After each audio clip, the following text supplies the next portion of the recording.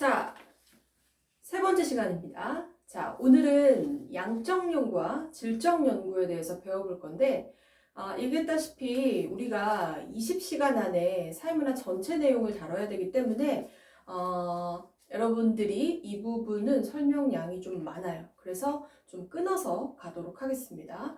먼저 이 이론의 기본 베이스, 핵심 개념을 먼저 배우고 거기다 살을 붙여서 조금 체계적으로 공부해 보도록 할게요. 자, 첫 번째. 양적 연구. 자, 이런 거죠. 예를 들어 볼게요. 한국과 일본의 축구 경기가 열리기 전날이에요. 자, 친구들이 모여서 야, 너 어느 팀이 이길 것 같아? 야, 우리 내기할래? 떡볶이 내기할까? 자, 한국과 일본 축구 경기 전에 자, 내기를 하기로 했어요. 그랬더니 갑이라는 친구가 야, 내가 지금까지 한국과 일본 전적 비교해 봤거든. 한국이랑 일본이랑 붙었을 때 야, 일본이 한 60% 승률을 가지고 여기 선수들 랭킹, 뭐 피파 랭킹 같은 거 봐도 자, 갑은 이렇게 접근하고 자, 을은 뭐라고 얘기하냐면 을은 야, 내가 요즘에 이 한국 일본 선수 분위기 봤거든. 여기 일본 지금 팀 분위기가 별로래. 그리고 감독도 교체돼가지고 선수들 분위기가 안 좋대더라. 자, 갑은 지금 한국과 일본의 축구 경기에서 피파 랭킹 몇 위인지 그리고 또 승률이 몇 프로인지 선수들의 기량이 어떤지를 철저하게 비교 분석하고 있고 을 같은 경우에는 야, 팀 분위기가 선수들 그 느낌이 야, 내가 뭔가 느낌이 딱 오는데 이런 식으로 살짝 감정을 담아서 연구를 하고 있죠. 자, 그럼 이 상황을 가지고 우리가 양적 연구와 질적 연구로 접근을 해보겠습니다.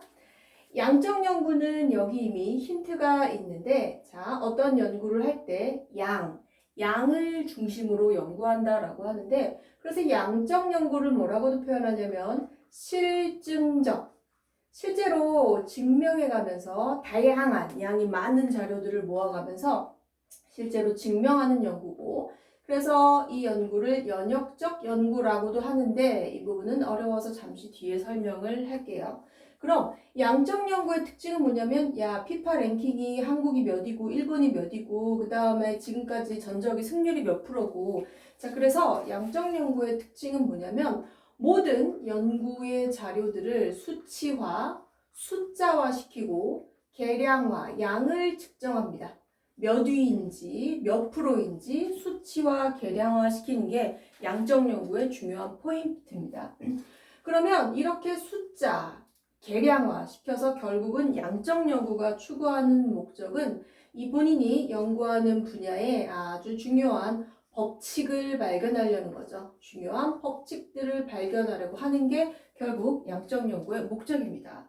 결론, 수치와 계량화를 통해서 법칙을 발견하려고 한다라는 거 알아두셔야 되고 자, 반면에 질적 연구 같은 경우엔 을이 이렇게 얘기했죠.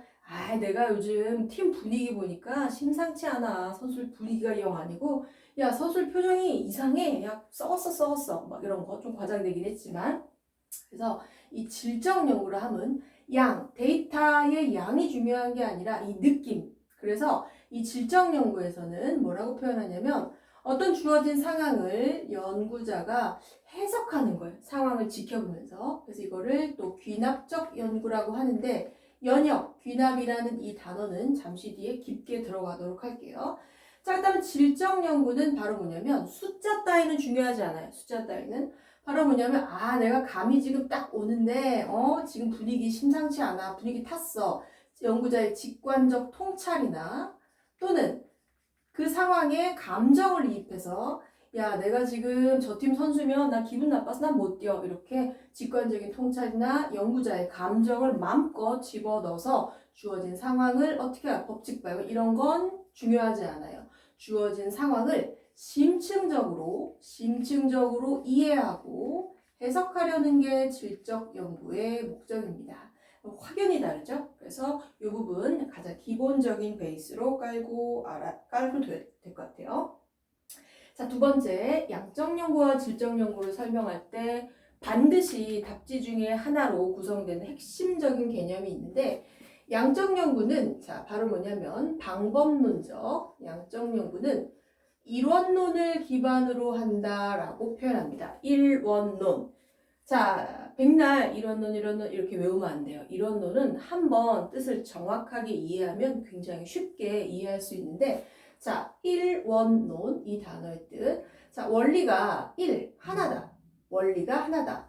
자, 연구하는 원리가 하나다라는 건데 자, 이 단어의 뜻은 우리 직전 시간에 배웠던 자연현상을 연구하는 방법과 사회문화현상을 연구하는 방법. 우리 자연현상, 사회문화현상 배웠죠? 그래서 이론론은 야, 자연현상을 연구하는 거랑 사회문화현상을 연구하는 거랑 똑같이 실증적이고 경험적이고 객관적으로 연구할 수 있다고 그때 얘기했잖아 라는 얘기. 그래서 자연현상을 연구하는 방법과 사회문화현상을 연구하는 방법 이 두 가지는 같은 방법으로 하나로 연구할 수 있다라고 하는 거예요. 그래서 이론론 우리가 연구하려는 사회문화현상을 자연현상을 연구하는 것처럼 마치 하나의 방법처럼 하나의 원리로 이해한다라는 거예요. 그래서 이 양적 연구는 이론론을 바탕으로 한다라고 얘기해요. 자, 그 다음 이쪽을 보게 되면 자, 뭐라고 표현하냐면 이원론을 바탕으로 한다라고 얘기합니다. 자, 바로 이원론이라 함은 단어에 그대로 있어. 원리가 1이 아니라 2개다. 원리가 2개다. 야, 우리 자연현상이랑 사회문화현상 할 때 배웠잖아. 얘는 확실하고, 얘는 확률의 원리가 따르고, 얘는 존재 법칙이고, 얘는 당위성이, 야, 어떻게 이렇게 같아? 너처럼 그렇게 하나라고 보는 거 아니라고 막. 난 이 둘은 각각 이 자연현상과 사회문화현상을 연구하는 방법은 각각 2개의 원리로 따로따로 연구해야 된다라고 봐라는 거예요. 그래서 이게 바로 원리가 2개다. 그렇게 보면 안 된다. 사회문화현상은 인간의 직관과 감정을 넣어서 다르게 2가지 방법으로 자연현상과 다르게 연구해야 된다라고 해서 각각 이원론 원리가 2개다. 아니야, 이 둘은 같아. 원리가 하나다라는 그런 개념입니다. 자, 이 개념 굉장히 자주 출제가 됩니다. 자, 하나 또 들어가 보도록 할게요.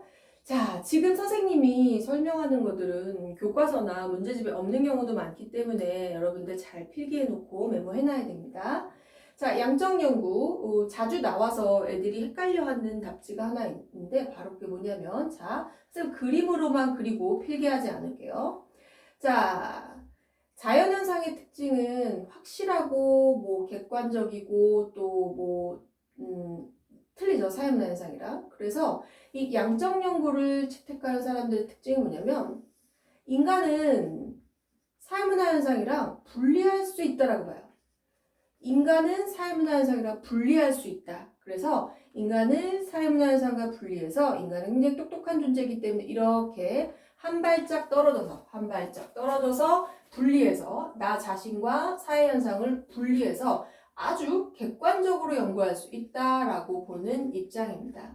그래서 양적 연구는 인간과 사회문화현상을 분리할 수 있고 이 분리된 상태에서 인간이 아주 객관적으로 연구할 수 있다라고 해요. 이걸 어려운 말로 교재에 있는데 사회문화현상은 인간의 인식과 별도로 존재한다. 그러니까 결론은 2개가 분리할 수 있다. 따로 존재한다라는 뜻입니다. 교재에 있어요. 자, 반면에 질적 연구에서 야, 무슨 유체 이탈이냐? 사람을 어떻게 사회문화에서 야, 사람이 뭐 그걸 지구 밖으로 나간다는 거야?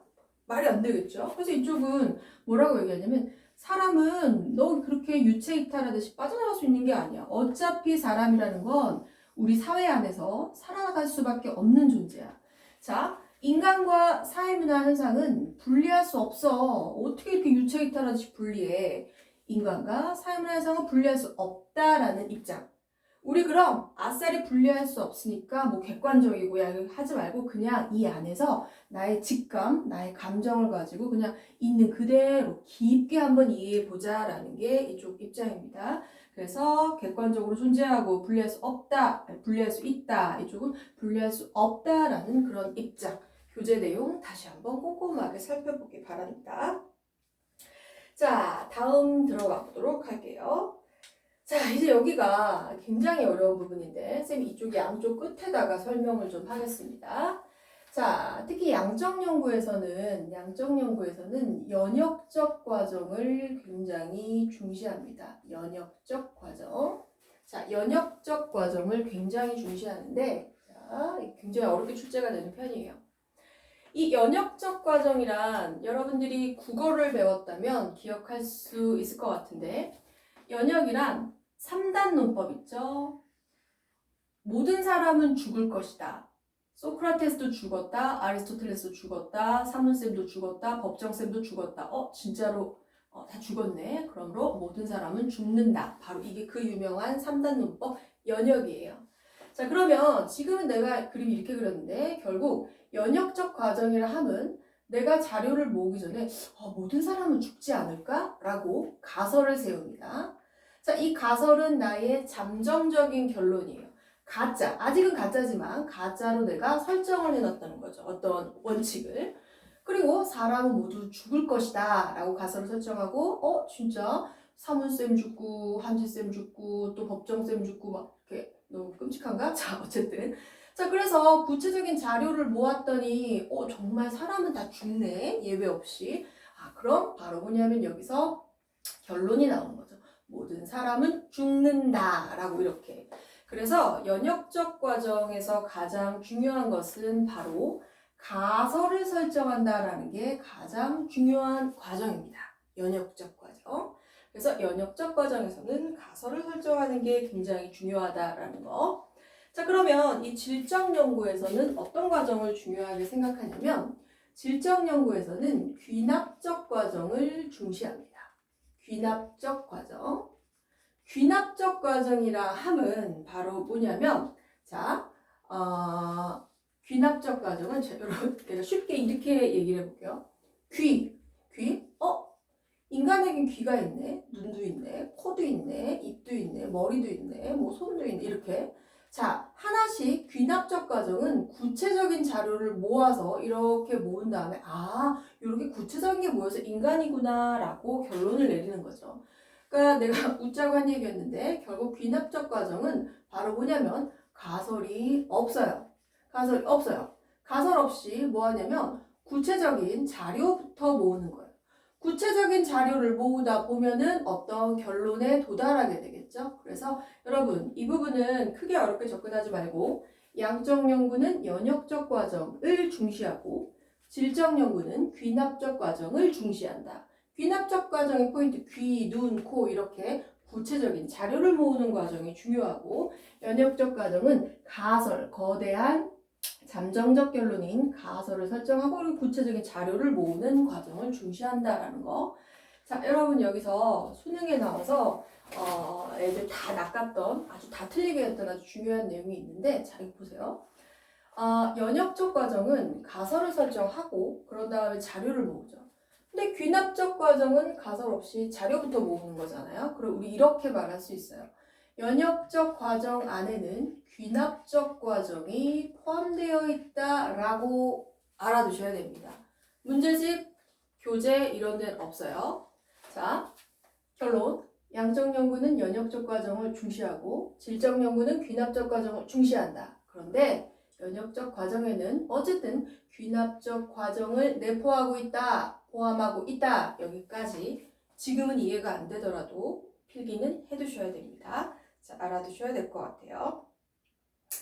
자, 그 다음 오늘 요 기본 베이스 한 2가지 정도만 더 깔고 그리고 좀 마치도록 할게요. 좀 끊어서 갈게요. 너무 길게 했던 것 같아요, 지난번에. 자, 그러면 연역적 과정은 이 연역적 과정에선 자, 바로 뭐냐면 가설을 설정하고 가장 중요한 게 바로 뭐냐면 개념의 조작적 정의를 역시 중시합니다. 개념의 조작적 정의를 중시합니다.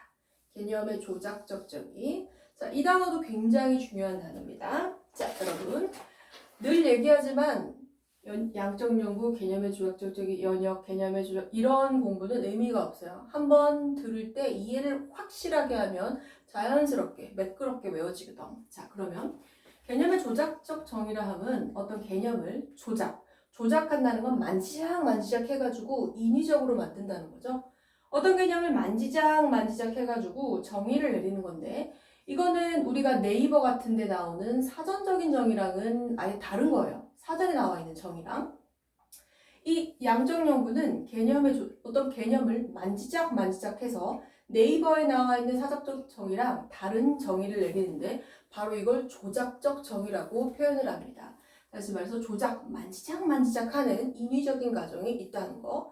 예를 들면 자, 아주 쉬운 질문. 앞으로 주구장창 어려운 것만 할 거니까 선생님이 쉬운 사례를 들어볼게요. 자, 바로 이런 거죠. 저 남자는 여자를 사랑할 것이다. 가설이죠. 저 남자는 저 여자를 A는 B를 사랑할 것이다. 자, 너무 유치하지만 이 가설이에요. 자, 그러면 연역적 과정에서는 가설을 설정하고 자료를 모으고서 결론을 낸다 그랬죠. 그러면 자, 지금 개념의 조작적 정의가 굉장히 중요하다라고 했는데 여기서 바로 개념이라고 할 수 있는 게 뭐냐면 A는 B를, 여기 어차피 사람이니까 자, 여기 이런 단어가 나오죠. 사랑. A는 B를 사랑할 것이다.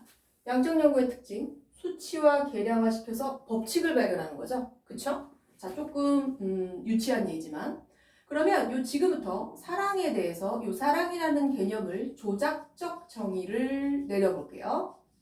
사랑이라는 개념.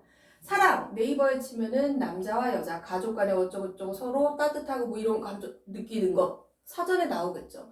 근데 우리 지금 연구를 할 거기 때문에 네이버에 나오는 개념은 전혀 중요하지가 않은 거죠.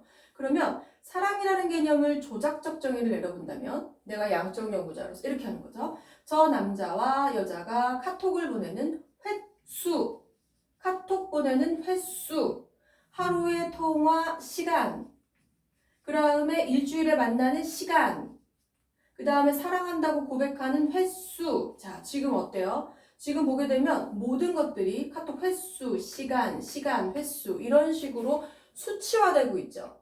그래서 다시 한번 얘기하지만 양적 연구, 연역적 과정은 가설 설정과 개념의 조작적 정의라는 과정을 중요하게 생각하는데 특히나 개념의 조작적 정의라는 것은 바로 이 개념을 만지작만지작해서 인위적으로 수치화할 수 있도록 만드는 거예요. 그래서 조작적 정의는 바로 이 개념을 수치화할 수 있도록 다시 한번 네이버와는 다른 정의를 내린다라는 거죠.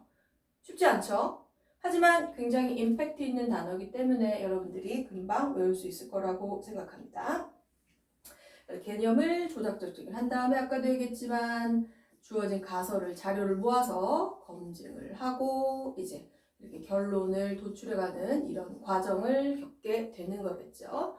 자, 그런데 귀납적 과정은 특별히 설명할 게 없어요. 왜냐하면 그냥 질적 연구는 귀납적 과정을 중시하고 귀납적 과정은 가설이 없다라는 거, 구체적인 자료를 모은다는 것을 중시한다라는 거를 알아두시면 될 것 같아요. 자, 이제 두 가지 정도만 더 설명을 하고 오늘 파트는 좀 마치도록 할게요. 자, 양적 연구에서 또 중요한 게 뭐냐면 자, 이 양적 연구에서는 자, 주로 자료를 모을 때 자료 모아야 되죠. 주로 자료를 모을 때 질문지법을 굉장히 선호합니다. 질문지법. 여러분 설문조사, 질문지법은 설문조사예요. 자, 우리 설문조사 하면 자, 1번 당신의 키는 1번 160 이하 160에서 이렇게 다 나오죠. 그러면 1번 체크하고 이렇게 돼. 2번 당신의 성적은 그럼 60점 이하 70점 뭐 이렇게 나오죠. 자, 어때요? 질문지법은 이 문항마다 수치가 따다닥 1번에 몇 명, 2번에 몇 명, 2번 질문에 1번에 몇 명 이렇게 다 똑똑 떨어지죠. 그래서 이 양적 연구를 하는 사람은 질문지법을 굉장히 선호해요. 또 뭐가 있냐면 실험법. 실험을 해본 결과 이게 몇 프로 이상 이렇게 나타났다. 이게 실험법을 굉장히 좋아한다라는 거 이거 알아두셔야 됩니다. 자, 이 질문지법과 실험법은 다음 시간에 더 깊게 들어갈 거니까 지금은 이 정도로만 하도록 할게요. 자, 그럼 질적 연구에서는 주로 어떤 연구법을 좋아하냐면 자, 여기 나의 직감으로 감정을 팍팍 넣어서 주어진 현상을 깊게 이해하는 게 목적이기 때문에 여기는 면접법을 사용합니다. 면접법 만나서 어떠셨어요? 그 당시 느낌이 어떠셨고 좀 솔직하게 얘기해 주실래요? 아주 깊게 들어가는 거죠. 깊게 1대1로 만나서 면접법. 자, 그 다음에 또 자주 좋아하는 방식이 뭐가 있냐면 자, 참여 관찰법. 저 유치원 아이들은 이런 상황에서 어떤 마음일까? 직접 유치원에 가서 이렇게 보는 거죠. 우리 TV에 슈퍼맨이 돌아왔다는 아동 관찰 프로그램이 있는데 대표적인 참여 관찰법이에요. 직접 가서 간섭하지 않고 지켜만 보는 거예요. 참여 관찰법. 바로 이런 것들을 선호한다는 거. 근데 여기서 자 다시 이번에 1등급을 잡기 위한 함정에 빠지지 않는 법. 여기 주로라고 했죠. 여러분 주로. 주로라고 하면 100%인가요? 아닌가요? 아니죠. 그쵸? 주로는 100%까지는 아니고 이걸 되게 선호한다, 많이 사용한다라는 뜻이지 반드시 이것만 사용한다는 뜻이 아니에요. 그래서 양적연구에서 질문지법과 실험법을 주로 사용하는 가끔 이거를 끌어와서 살짝살짝 양념처럼 사용할 때도 있어요. 그래서 이것만 사용하는 게 아니라 주로 이걸 사용한다. 물론 빼는 경우도 있긴 하지만 이렇게 해야 됩니다. 가끔 요즘엔 이렇게 한 가지씩 끌어와서 사용하는 경우도 있어요. 다음에 문제 풀면서 더 깊게 들어갈게요. 그래서 이거 알아두셔야 되고. 그다음 여기서 1등급을 받기 위한 핵심 문장 한번 봐볼게요. 이 질적 연구는 교재에 나와 있는데 비공식적 문서도 연구합니다. 여기 절대 안 보죠. 여기는 공식적인 문서만 보겠죠. 여기는 공식적인 문서만 볼 텐데 여기는 비공식적 문서를 보는데 이때 사회문화는 정말 조사가 너무 중요해요. 조사가. 자, 비공식적 문서만 본다. 오답입니다. 비공식적 문서만 본다. 아니에요. 그러니까 얘는 공식적 문서를 보면서 비공식적 문서도 함께 보는 거예요. 그럼 조사가 어떻게 붙어야 될까? 비공식적 문서도 중시한다. 라고 해줘야 돼요. 그래서 이 양적 연구는 당연히 공식적인 문서를 연구하겠죠. 얘는 정확한 숫자, 정확한 양. 그런데 얘는 비공식적 문서만 하는 게 아니라 공식적인 문서와 함께 비공식적 문서도 연구한다라고 이런 식의 표현 굉장히 유의해야 됩니다. 자, 이 부분 알아둬야 되고.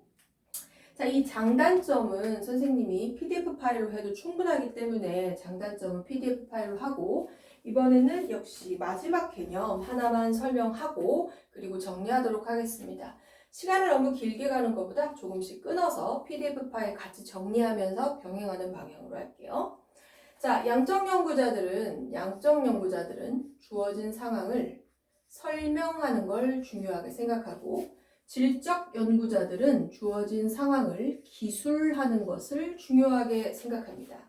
자, 요거 우리 안 중요한 단어 같이 그냥 평상시에도 많이 쓰는 단어인데 우리 사회문화에서는 1등급을 가르는 수준의 굉장히 중요한 개념인데 자, 생각해봐요, 여러분. 우리가 야, 나 이거 수학 문제 잘 모르겠는데 나한테 설명 좀 해줘라 라고 얘기하지. 나 이거 수학 문제 기술 좀 해줄래? 이렇게 얘기 안 하죠. 그쵸? 설명이라 하면 A가 왜 A에서 B까지 이렇게 나오는지 야 나한테 논리적으로 설명 좀 해줘라는 게 라고 할 때 쓰는 개념이 설명이죠. 그러니까 설명이라는 거는 주어진 현상을 굉장히 논리적으로 정확하게 체계적으로 이해한다라는 뜻이 들어있는 거고 기술이라는 건 우리가 역사에서 기술한다라고 해요. 우리가 역사책에서 역사를 기술한다라고 하는데 이 기술이란 단어는 뭐냐면 A와 B 사이에 왜 이런 일이 있었는지 논리적이고 체계적으로 설명하는 게 아니라 주어진 상황을 있는 그대로 다 술술술 다 적는 거예요. 있는 그대로 일어난 일 그대로 다 술술술 다 적는 거예요. 논리 따위 필요 없고 체계 따위 필요 없고 그냥 주어진 상황 있는 그대로 다 딱 질적 연구답죠. 그쵸? 논리보다는 이 주어진 현상을 그대로 다 줄줄줄줄 이렇게 기술한다라는 표현. 그래서 설명한다는 표현은 양적 연구에만 써야 되고 기술한다라는 표현은 질적 연구에 사용해야 됩니다. 자, 여러분 지금 교재 우리 4페이지의 내용을 다 하진 않았어요. 우선 한번 끊고 여기 나와 있는 내용은 한 번 더 PDF 파일로 교재 내용 짚고 다시 한번 들어가도록 하겠습니다. 자, 끊고 들어갈게요. 수고했다.